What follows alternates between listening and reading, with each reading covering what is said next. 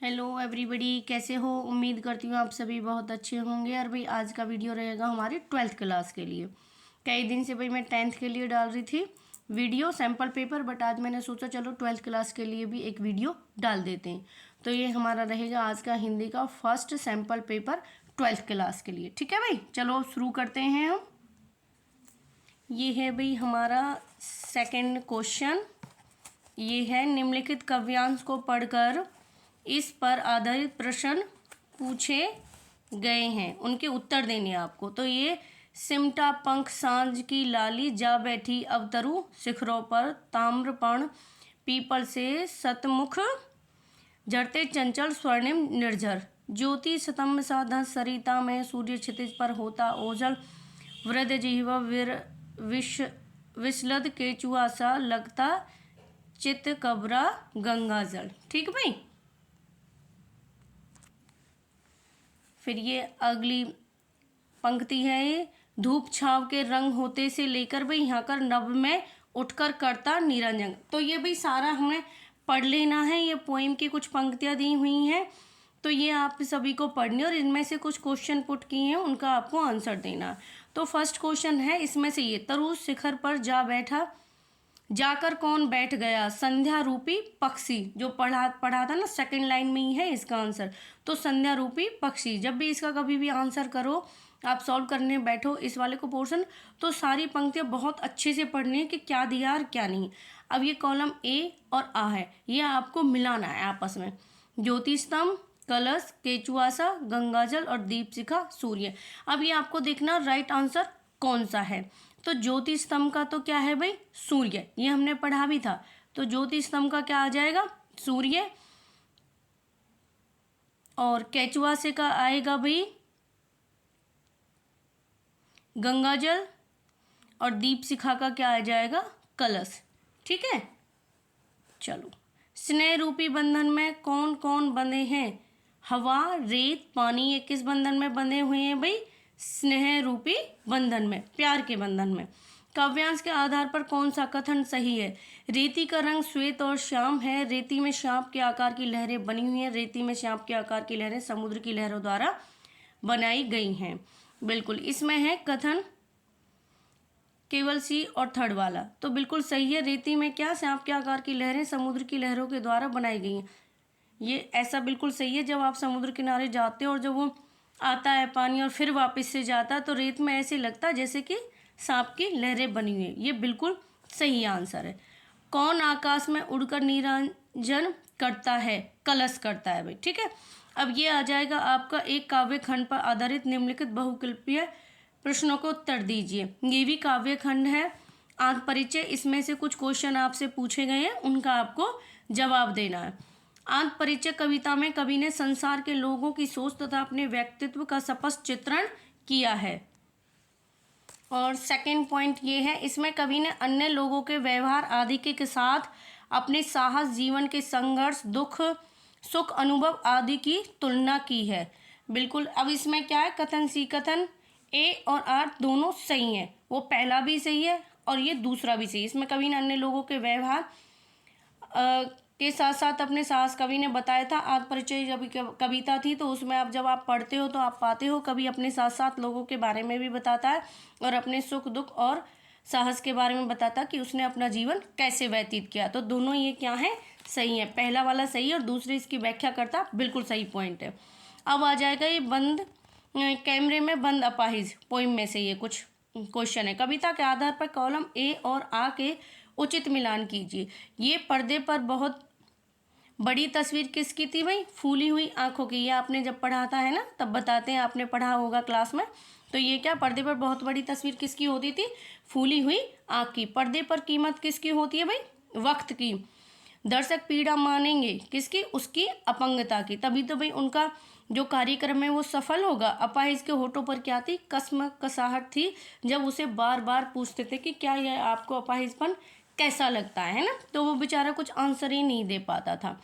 प्रातः आकाश का रंग कैसा था, नीला था। बादल राग कविता निराला के किस काव्य संग्रह से संग्रहित है, ये भाई अनामिका से। ठीक है। बच्चों के घरौंदे में किस दिन दिए जलाए जाते थे? दिवाली वाले दिन। बच्चों के घरों में जब वो खेलते हैं ना बचपन में, मिट्टी के छोटे छोटे घर बनाते हैं, तो उसमें भी क्या वो बच्चे दिवाली के दिन उसमें दीपक जलाते थे। ठीक, नेक्स्ट। अब ये गदखंड पर आधारित बहुविकल्पीय प्रश्नों के उत्तर हैं। जाति प्रथा मनुष्य की स्वाभाविक प्रेरणा, रुचि व आत्मशक्ति को दबाकर उसे क्या बना देती है? भाई निष्क्रिय बना देती है, क्योंकि उसे पता चाहे उसके अंदर कितनी भी काबिलियत है, अगर उसे जाति के अनुरूप बांध दिया जाएगा अपने ही काम से, तो वो क्या निष्क्रिय हो जाएगा। उसकी प्रेरणा, रुचि, आत्मविश्वास सब कुछ दब जाता है जब जाति में बंधे होकर हम कोई निर्णय ले लेते हैं कि ये जिस जाति का मनुष्य है उसी में काम करेगा। काला खां क्या कहकर अपने प्रतिद्वंद पर टूट पड़ता था? आ अली कहकर वो अपने प्रतिद्वंद पर क्या है भाई, टूट पड़ता। अब नेक्स्ट है भाई ये बाजार दर्शन नामक पाठ के आधार पर कॉलम ए और कॉलम अ से उचित मिलान कीजिए। शैतान का जाल किसका होता है भाई? बाजार का होता है। अब सबको पता ही है कि शैतान का जाल क्या है, बाजार है। पावर किस में है भाई? आप सभी को पता है पैसे में बड़ी पावर होती है। सनातन धर्म से संपूर्ण कौन है? गय का भाई ये है परमात्मा। अखिल का अंग क्या है? मन। मन है तो सब है। ठीक भाई, नेक्स्ट। इसमें कथन ए तथा कारण आर को ध्यान से पढ़कर काले मेघा पानी दे पाठ के आधार पर सही विकल्प चुनिए।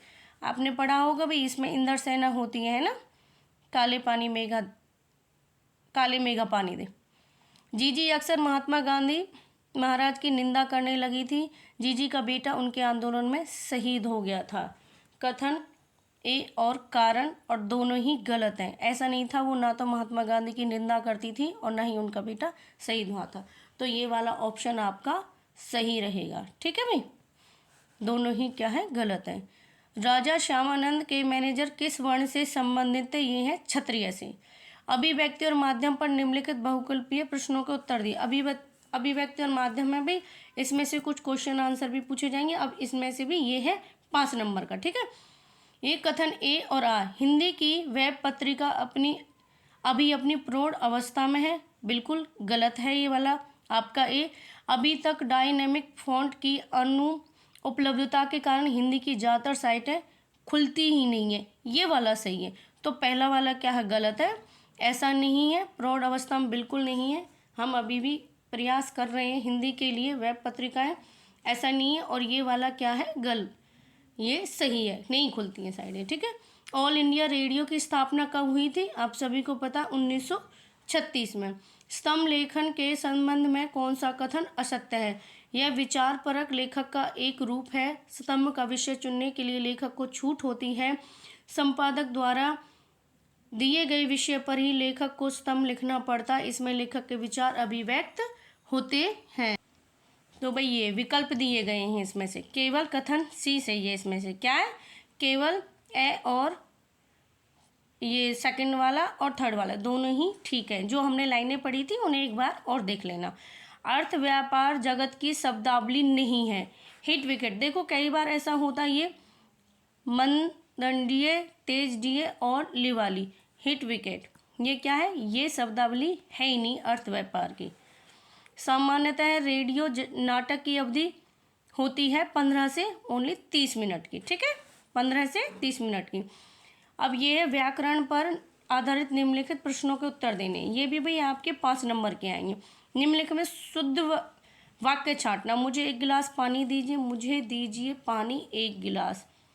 1 गिलास पानी दीजिए मेरे को। पानी 1 गिलास दीजिए मुझे। अब देखो जैसे ही मैंने इनका उच्चारण किया, मैंने पढ़ा, आपको समझ आ गया। जब हम कोई भी चीज़ सही तरीके से नहीं बोलते तो अपने आप ही अटपटा लगने लग जाता। तो ये क्या है, सही आंसर ये, मुझे 1 गिलास पानी दीजिए। तो पहले वाला सही आंसर है। निम्नलिखित में से अशुद्ध वाक्य छांटिए। पकड़ी जाने पर वह स्त्री रोने लगी। कोलंबस ने अमेरिका की खोज की। वह पढ़ते पढ़ते रुक गया। मरीज को समय पर दवा देनी चाहिए। देखो पकड़ी की जगह आती है पकड़े जाने पर वह स्त्री रोने लगी, तब होता ये शुद्ध। तो सभी ये शुद्ध है, अशुद्ध है। यहाँ पर पकड़ी की जगह पकड़े आना था, तो इसलिए ये रहेगा अशुद्ध। ए, किस अलंकार में सा सी सरिस आदि जैसे वाचक शब्दों का प्रयोग क्या आप सभी को पता होगा भाई। उपमा में हम क्या है, किसी उपमा का अर्थ क्या होता है, तुलना करना। और तुलना कब होता, जब कभी सा सी, ऐसे नहीं उसका सा ऐसा सा सी लगी होती सरिस, तो वहाँ होता उपमा। ये ट्रिक भी बताई थी मैंने, जब भी कहीं भी कोई पंक्ति दी हो और उसमें सा सी सरिस आ जाए तो आपको क्या वहाँ उपमा अलंकार लगा देना है। तो यहाँ पर उपमा अलंकार। पीताम्बर शब्द का समास विग्रह। पीताम्बर पहने हैं जो कृष्ण, इनमें से कौन सा कथन असत्य है। देखो भाई, पहला तो ये कर्मधारय समास, यही असत्य है क्योंकि ये है बहुव्रीहि समास का उदाहरण है, जब दोनों पद मिलते हैं और किसी तीसरे की तरफ इशारा करते हैं। तो क्या है, पीताम्बर पीले वस्त्र जो पहनता कौन, श्री कृष्ण भगवान और विष्णु। बट यहाँ कर्मधारय है, यहाँ विशेषण विशेषताएं नहीं बताई, यहाँ पर तीसरे की तरफ इशारा हो रहा है, तो यही असत्य है। तीनों बिल्कुल ये सही है। लैला शब्द में कौन सा समास है, बिल्कुल सही है, अव्ययी भाव समास है। निम्नलिखित काव्यास की सप्रसंग व्याख्या कीजिए। अगर वे कभी गिरते हैं छतों के खतरनाक किनारों से और बच जाते हैं, तब तो और भी निडर होकर सुनहरे सूरज के सामने क्या करते हैं भाई,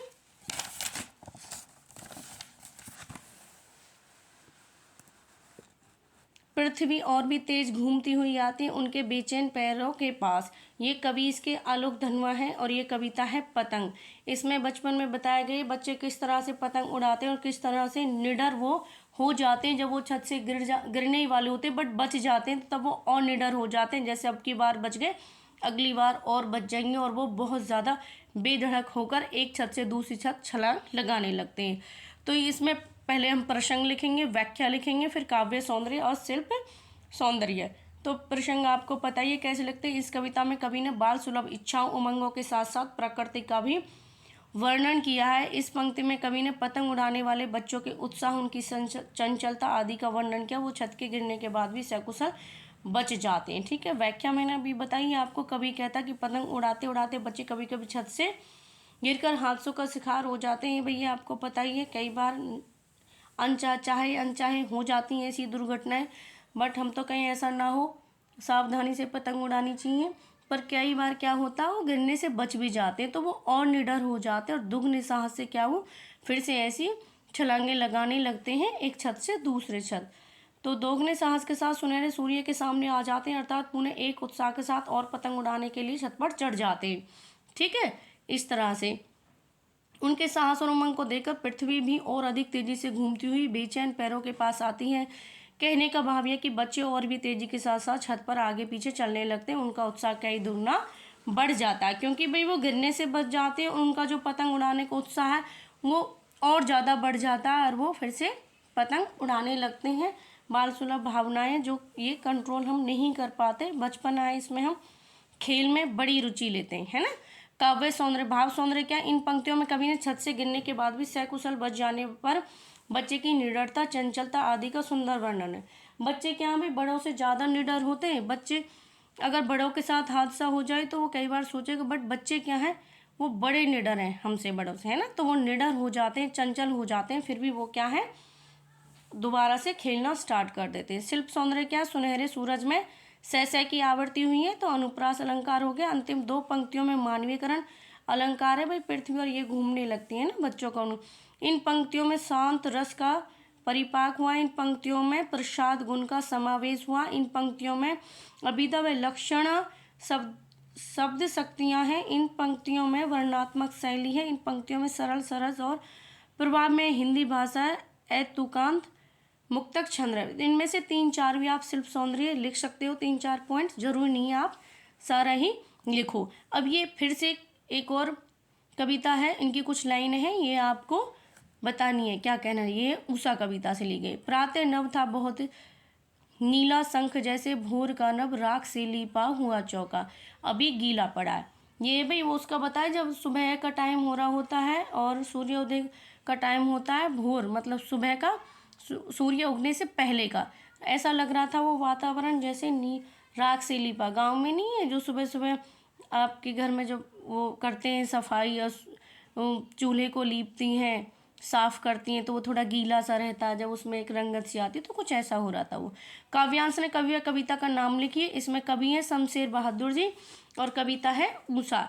भोर होते होते नभ कैसा दिखाई देने लगता था, भोर होते होते नभ क्या है नीला नभ अब कुछ फीका पड़ने लगा, वह राख से लिपे चौके के समान दिखाई देने लगता है, जो अभी क्या है, थोड़ा सा गीला है। ठीक है, अभी गीला पड़ा पंक्ति में क्या अर्थ ध्वनित होता है? इन पंक्ति में यह अर्थ ध्वनित होता है कि वातावरण में व्याप्त नमी का प्रभाव आकाश पर भी दिखाई दे रहा है। दिखाई, जैसे अभी वो क्या है, चूल्हा थोड़ा गीला है ना, ऐसे ही आकाश में क्या अभी थोड़ी नमी है, क्योंकि सूरज अभी पूरी तरह से निकला नहीं है। राख से लिपा हुआ चौका पंक्ति में चौका शब्द किसका प्रतीक है? चौका शब्द भोर के नभ का प्रतीक है। प्रातःकालीन नभ की तुलना किससे की गई है और क्यों? प्रातःकालीन नभ की तुलना नीले संग से की गई, क्योंकि वह संग के समान पवित्र दिखाई दे रहा है। ये मेरी सैंपल पेपर का हमारा पार्ट 1 रहेगा। कल हम कराएंगे आरोही भाग 2 से, क्योंकि फिर लेंथी हो जाता है सैंपल पेपर, आप क्या है बोर होने लग जाते हो, और लेंथी वीडियो देखने में आपको बड़ी परेशानी होती है कि ये तो बड़ा लेंथी, चलो कल देख लेंगे। तो बेटर हम छोटे छोटे पार्ट में डालेंगे आपका सैंपल पेपर, जिससे आपके लिए वो बहुत अच्छा रहे। धन्यवाद, देखना ये वीडियो आपके लिए बहुत हेल्पफुल रहने वाला है।